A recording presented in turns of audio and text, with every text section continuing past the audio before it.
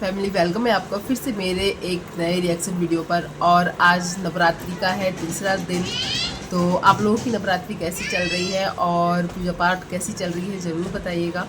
और ये दिन बहुत ही अच्छे लगते हैं और ख़ास करके एक पॉजिटिव वाइब आती है इन दिनों में।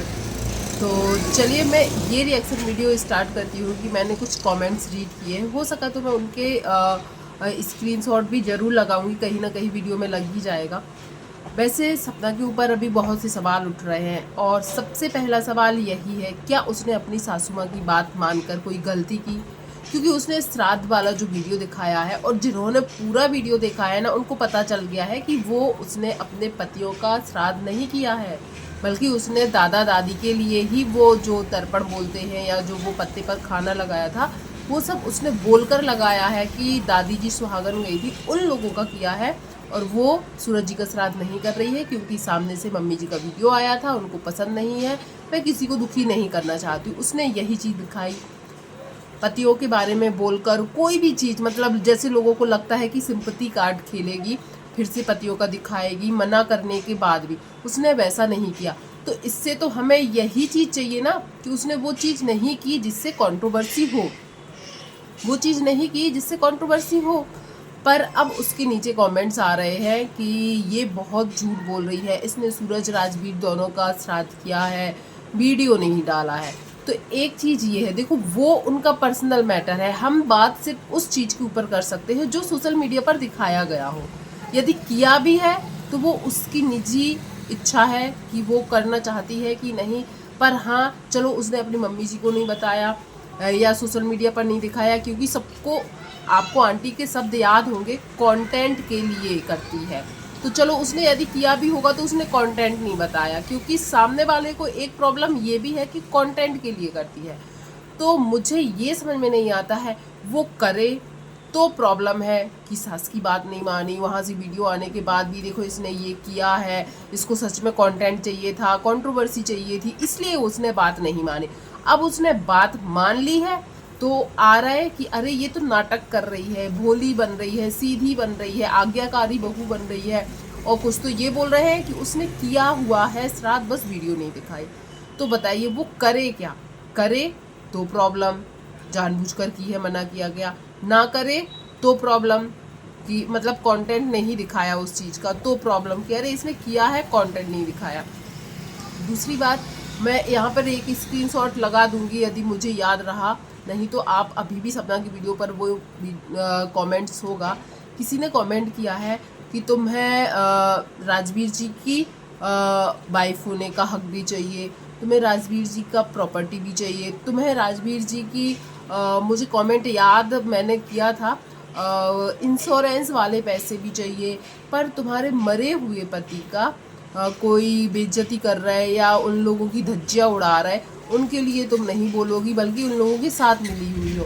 तो आप एक चीज़ ये बताइए, क्या रेखा जी ने लाइव में कहीं भी बोला है कि ये सब मैं सपना के कहने से कर रही हूँ या सपना ने करवाया है? अब सपना उन लोगों की कंट्रोवर्सी के बीच या उन लोगों की लड़ाई झगड़े के बीच नहीं बोल रही, तो बात आ रही है कि वो उससे मिली हुई है, वो उससे मिली हुई है, इसलिए वो बीच में नहीं आ रही। और बीच में आ जाती तो फिर यही लोग उसको बोलते हैं कि इसको तो चाहिए ही है कंट्रोवर्सी, इसको बिना मतलब के कूदना ही है। तो मैं जो शुरू से बोलती हूँ ना कि सपना चाहे कुछ भी करे, यदि वो पॉजिटिव रहने के लिए बिना किसी की लड़ाई में बोले, बिना किसी, जैसे सामने वाले को श्राद्ध का कंटेंट पसंद नहीं था, उसने वो भी नहीं किया, तो चलो उसने वो सब किया कि जिससे कंट्रोवर्सी ना हो। अब वो सब मतलब जितना कुछ लोग चाह रहे थे वही सब कर रही है, पर अब लोगों को लग रहा है ये भोली बन रही है। एक ने तो ये भी सवाल उठाया है, अब देखो सपना का हम लोग सब जानते हैं, जो भी इतनी सारी चीज़ें उसकी लाइफ में जब हुई है ना, तो वो बीमार पड़ती है। और मुझे तो ऐसा लगता है अब वो कम बीमार पड़ती है, मुझे ऐसा लगता है, क्योंकि जब वो शिवपुरी में थी ना तो हम लोग हमेशा देखते थे उसको कुछ ना कुछ प्रॉब्लम होती रहती थी, ड्रिप लगती थी, ग्वालियर ले जाया जाता था, बहुत कुछ उसके साथ होता था। पर अभी तो शायद वो कम बीमार पड़ रही है। पर अभी जो उसका हाथ में जो हड्डी का एक बताया कि हल्का सा क्रैक है, दर्द है हाथ में, उस चीज़ पर लेकर भी उसका भी कमेंट्स में हो सका तो लगाऊंगी। उसने बोला है कि ये ना पूरा नाटक कर रही है, सिंपैथी कार्ड खेलने के लिए, इसको कोई क्रैक नहीं हुआ है। सामने से वीडियो आई थी ना अंकल जी की, उसी की वजह से ये भी नाटक कर रही है। और ये हाथ देखो कितने अच्छे से मूव कर रही है। जिसका फ्रैक्चर होता है वो हाथ हिला भी नहीं पाता।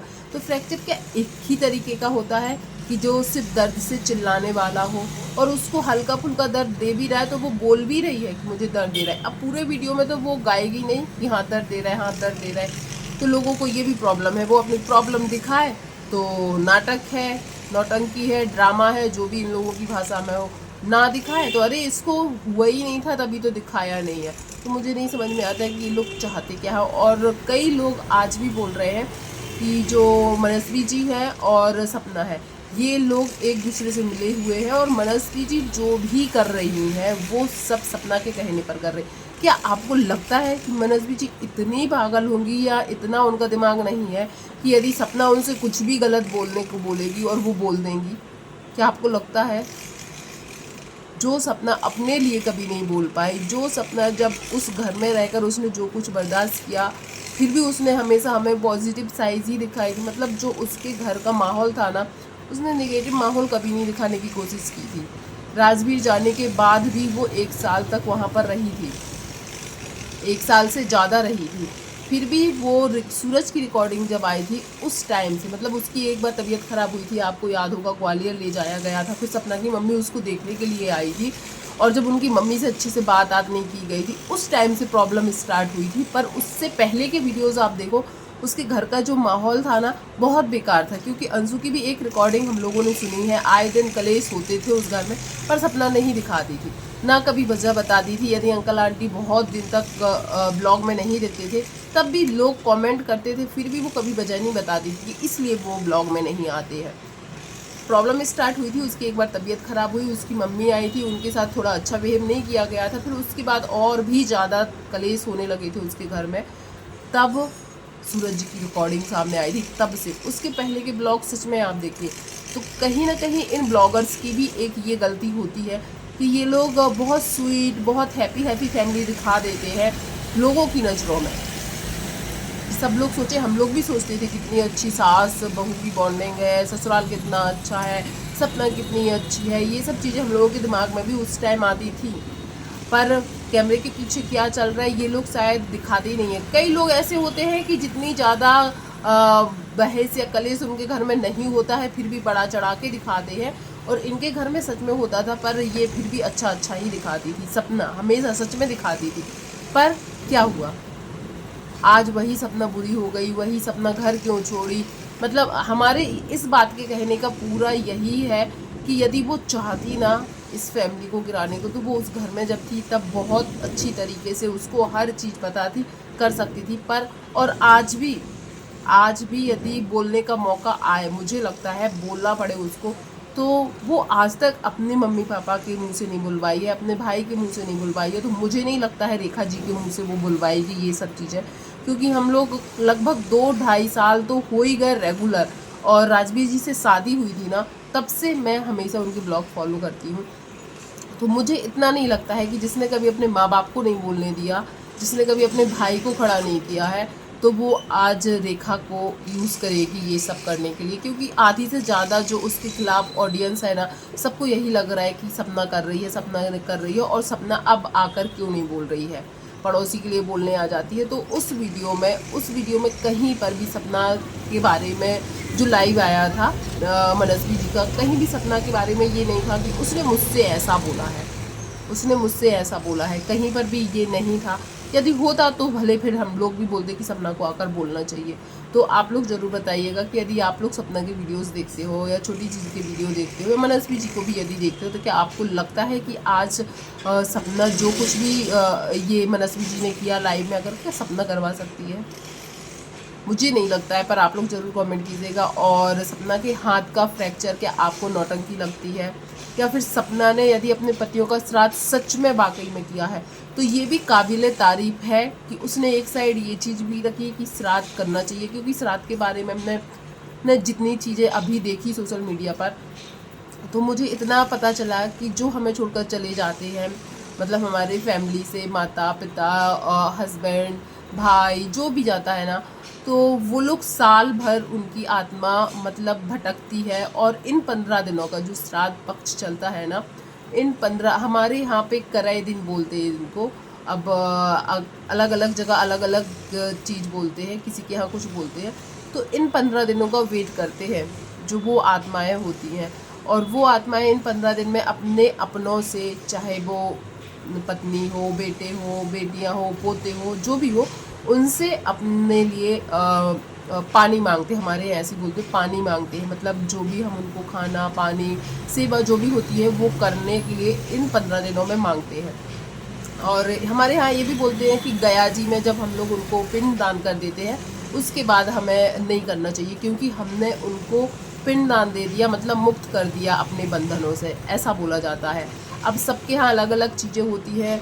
तो मेरे कहने का मतलब ये है कि यदि सपना को किसी ने बोला होगा कि करना ज़रूरी है, बच्चों के हाथ से पानी दिलवाना ज़रूरी है, यदि उसने बैक कैमरा किया भी होगा तो देखो उसने वहाँ का भी मान रख लिया कि हमारे पतियों के आत्मा की शांति के लिए ये चीज़ करनी चाहिए, तो वहाँ पे भी मान रख लिया। और यहाँ पर सासू माँ ने बोला था कि कंटेंट के लिए करती है, कंटेंट के लिए ना करे, तो यहाँ उसने ये मान भी रख लिया कि उनको लगता था जो कंटेंट के लिए है वो भी नहीं किया। तो मुझे लगता है इससे अच्छा रास्ता कुछ नहीं था। और रही दादा दादी का जो किया है, तो उसके लिए तो खुद अंकल बोल रहे आंटी ने खुद बोला था कि दादा दादी का है तब कर ले। तो मुझे नहीं लगता इसमें उसने कुछ गलती की है। और जिन लोगों को प्रॉब्लम हो रही है ना, तो प्लीज़ यदि उसने किया भी है तो वो बैक कैमरा किया है। बैक कैमरे वाली लाइफ में शायद वो क्या करते हैं क्या नहीं करते हैं उस पर हमें बोलने का शायद कोई हक नहीं है, क्योंकि हम उनके आसपास, उनके फैमिली के, उनके ख़ानदान के नहीं हैं। वो कैमरे के पीछे यदि कुछ भी कर रहे हैं तो वो उनकी बिल्कुल पर्सनल चीज़ें हैं, निजी ज़िंदगी है, शायद उस पर हमें किसी के ऊपर नहीं बोलना चाहिए। सिर्फ सपना नहीं, किसी के ऊपर नहीं बोलना चाहिए। यदि वो सोशल मीडिया पर दिखाती तो भले ही हम बोल सकते थे। प्लीज़ आप लोग ज़रूर बताइएगा कि यदि सपना ने बैक कैमरे ऐसी कुछ चीज़ें की हैं सूरज या राजवीर जी के लिए इस रात को लेकर, तो क्या वो गलत है? और नहीं की है तो फिर ये लोग कहाँ से आते हैं जो बोलते हैं? और सबसे बड़ी बात, उसने कंटेंट नहीं बनाया है, तो ये चीज़ भी है। प्लीज़ ज़रूर कमेंट कीजिएगा। वीडियो पसंद आए तो वीडियो को लाइक शेयर कीजिएगा। चैनल पर पहली बार आए तो चैनल को सब्सक्राइब कीजिएगा। थैंक यू सो मच जो भी यहाँ तक बना रहा। धन्यवाद।